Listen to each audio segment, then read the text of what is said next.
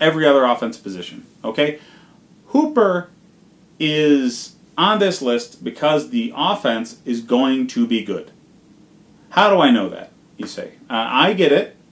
They're going to be a first-year offensive coordinator in a team that now is going to have a coach that's desperate, a quarterback that has some familiarity with his players, but not necessarily the system that they're using. The familiarity with the players is what matters here. Julio Jones is still on this team. Calvin Ridley is still on this team. They will draw defenses. Hooper will pick up the scraps, and there will be a lot of them. Okay? Matt Ryan is flip a coin whether or not he's going to be great that game. I get it. So, 1 week, Hooper's going to do nothing for you. The next week, he's going to grab 2 touchdowns. The next week, he's not going to get a single catch. But the overall arc of his production is still going to be better than the other options we have at tight end because the position is pretty damn weak still. Last on this list, number 10, I have the Bears' Trey Burton. Now, this is a combination of factors here. He showed some promise last year. The offense should get better with a quarterback that should get better.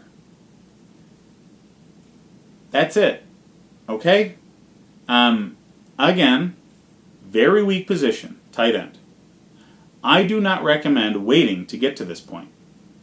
But I'm sure you're in somewhere between an 8 and a 12 team league, like most people who play fantasy football. And if you're on option number 10 because you waited way too long to draft a tight end, this is what you're getting stuck with. Unproven players that will be boom or bust week to week, depending on matchups. And really, these bottom 3 players on this list, I don't recommend. You should be drafting, again, your tight end before the end of round 5. Maybe even round 4. Because it is a weak position, and the people at the top are so much better than the people at number 7 through 10 that it is worth an earlier pick because of the gap.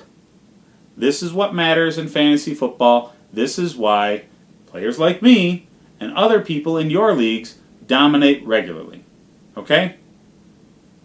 I win my league at this rate a third of the time I play. Now, if you're in a 10-team league and you're winning 33% of the time, not 10% of the time, that's a big skill gap between you and the other players in your league.